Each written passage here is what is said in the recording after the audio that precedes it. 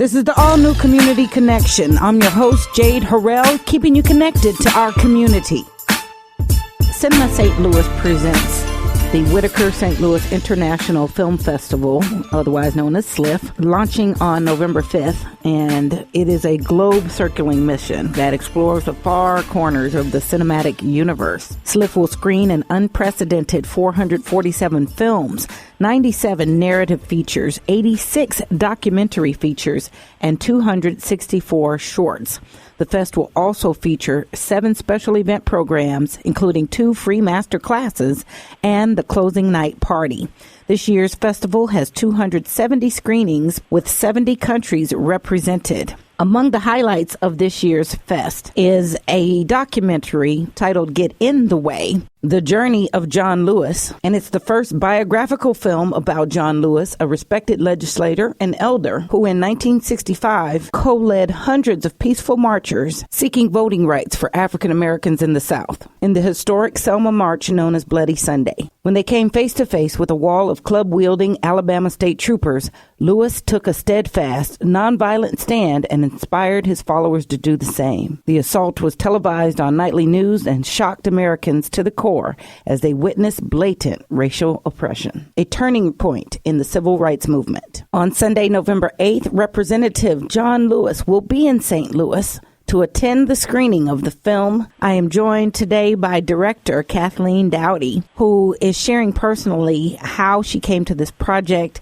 and more about this documentary. Thank you for joining me. Thank you for having me. Tell me about the project then and the documentary. Share with us about Get in the Way. I met Congressman Lewis when I was living in Atlanta many years ago, and he was actually at that time running for the seat he now holds in Congress. And I happened to interview him for another documentary I was making, and he gave the most extraordinary interview. My crew and I were just spellbound at the end of it, really. And it's partly his story, and it's also a lot about how he tells it. He's a very humble man. There's not a lot of drama in his voice. There's not a lot of, oh my gods. But the story is one of just utter courage and extreme authenticity. And so my partner at the time and I immediately at the end of the interview asked him if he was interested in having a documentary made about him, and he was. Cool. So that started the ball rolling. In the case of this film, we had a man whose career was spanning, at the time, 40, 50 years. He was a public figure at 19. So there had been a book written about him at the time. It was actually an autobiography, and it's called, I think, Walking with the Wind. Came out in the late 90s. And it was a good sort of resource for us. It gave us the whole picture, but if you made a film following that book, it would have lasted 6 or 8 hours. I mean, it was huge, and it covered everything. So, you try to figure out what are the key moments that you want to cover, and especially in a biography, you have to be selective. And we picked 4 big chapters in his early life, each of which sort of I guess you would say suggested a point at which he changed, a point at which he turned and grew in some way. And so that became the focus of the early part of his life. And then very important to us was the fact that he was still alive and he had lived this commitment to nonviolent direct action for, at this point, almost 60 years. And that trajectory was unique for me among many civil rights leaders, that he had continued this quest and very openly lived this commitment in both his youth and as a congressman for over 26 years. How beautiful. Well, the documentary is interesting in that it's taken a long time to make it. We started shooting documentary in the early 90s when Congressman Lewis was basically a freshman congressman, and we were very, very fortunate at that time because he was not very well known. We had a lot of access to him. One of the things that we shot back then that was, to me, kind of the heart of the film is that we were invited to shoot a family reunion that he had with his very extended family in Pike County, Alabama, where he grew up. And Congressman was a son of sharecroppers, and he grew up in a world that would be very, very hard to imagine today. It was very much the Jim Crow segregated South. It was a very sort of isolated community. I think he talks about having, very, very rare encounters, if any at all, with white people. He had a very close-knit family, but they were not, their world was very, very small compared to what many people in those locations would have today. Mm-hmm. And so, we were shooting, I think we, maybe shot 20, 30 hours of tape in the 90s, but we were kind of unable to raise a lot of money back then to finish the film because Congressman Lewis was not very well known. And so sort of for lack of funding, we put the project aside, and it took us basically until President Obama was running his presidential campaign, where a lot of civil rights leaders started to be interviewed by the media and getting attention by the media at that time, that we started to feel like, oh, this could be what we've been waiting for to kind of get the film back on track and finish it. So in 2010, we met with the congressman and talked with him, and he agreed to continue the project, and that was 5 years ago. So we were able to kind of show two very distinct times in his life, and in doing that, really be able to kind of demonstrate the growth and change that has gone on in that period of time. What change did you discover? Well, it's funny because early in the 90s he was still, he was new to politics, I would say. And I think that, he was discovering a lot. And so his interviews and a lot of what we taped was sort of, it was very fresh. In his interviews, he would talk about the past as if it had happened the day before. I mean, he wasn't practiced, I guess, at telling the stories at that point. And so as we came to this later period of time that we shot, he's become truly the elder statesman and far more skilled, I would say, in presenting himself in both interviews and speeches and among his constituents in Atlanta and also nationally, and speaking engagements and whatever. And so you see the growth, basically, that has happened over that period of time.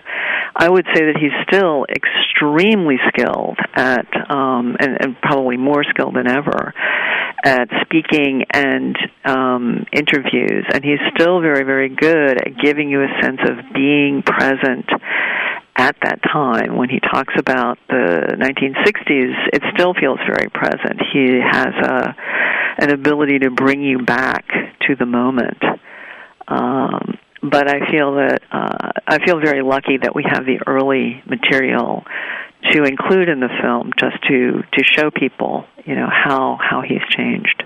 This had to be a very powerful experience to speak with and come to know Representative Congressman John Lewis. At this point, when you spoke with him, he's lived this experience, and most everything else you discover would be through other research, documentaries, other learnings. How would you describe him to us so we could get a feel of the John Lewis that you spoke with and were inspired by?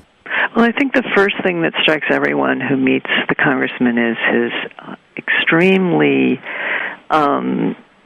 his warmth, I would say. He's a very humble man. He does not have the kinds of pretensions that you would expect from someone who has led the kind of life he led. And you feel that his attention is completely on you when he speaks with you. He's very, very quick and thorough in his engagement. And I think that is something he does pretty much with everybody. It's part of the philosophy, the life philosophy that he has, which is that every person, every one of us, is worthy of, has a certain dignity, and that we as individuals owe a certain response to that dignity. Mm-hmm. And so, you'll see him in the field meeting kids, and he'll be having these deep conversations with them.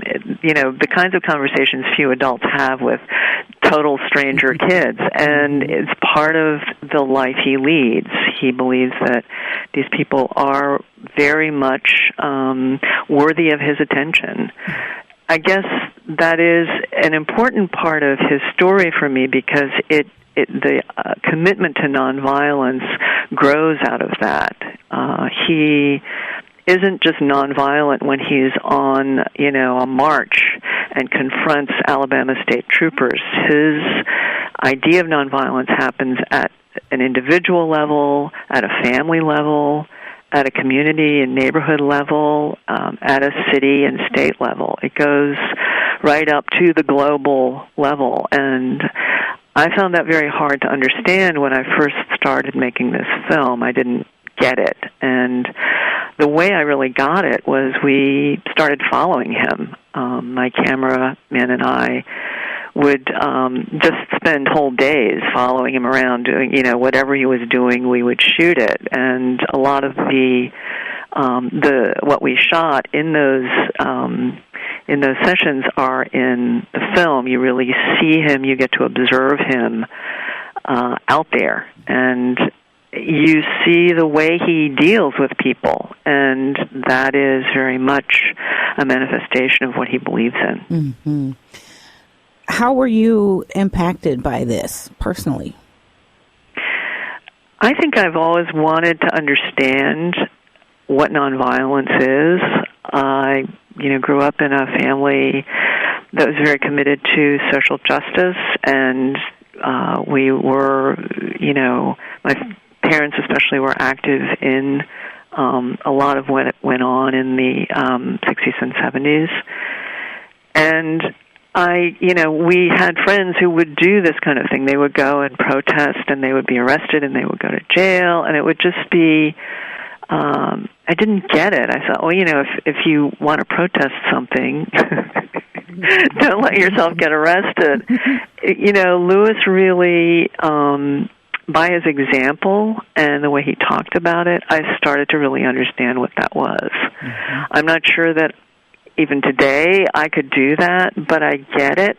I get why it's important, and I get that the impact that's created by that is something that has been extremely influential in creating change in our country. Well, Cinema St. Louis is continuing a response to the Michael Brown shooting in Ferguson. And so they're creating a stream of programming entitled Race in America, The Black Experience, which is also incorporated into this film festival. Did you get an idea or any indication of how Representative Lewis feels about the way things are today, the state of social justice and equality in our nation today? It's one of the reasons I'm really happy that the congressman is going to be at the screening on Sunday. Mm-hmm. Because I know, I'm hoping that he will get questions in the audience, but I know he will address this, something that he has some very, very strong feelings about. If you go back and look at some of the news items shortly after the Michael Brown shooting, you'll find that Lewis was one of the first people to call for President Obama to instate martial law in Ferguson when things were really reaching a volatile point. And he got a certain amount of flack for that. And I'm sure, again, it would be something that he is very eager to talk about at the Sunday screening. I will say that one of the reasons we applied to and submitted our film to the St. Louis Festival was because of Ferguson. We felt that this would be the perfect festival to show the film early on. We've just started screening it at festivals because of what's happened at Ferguson. And I think someone in the festival told me that 1 year ago, next week is the Darren Wilson, the grand jury decision. And I think they said at the festival that this was something that was really going to be discussed at various screenings at the festival. Again, I mean, I've been following the news about the church burnings in St. Louis, and I just feel like all of this is very, it makes the film very relevant. I think what the film is presenting and the congressman's life really encapsulates is a sort of alternative to the way things have been handled in the past. I feel that, again, he's going to be able to say this a lot better than I am, but that the way things have been conducted, it's not working. Right. It's just not working anymore. And it's time to be figuring out different ways to approach these issues and to really address them at their source.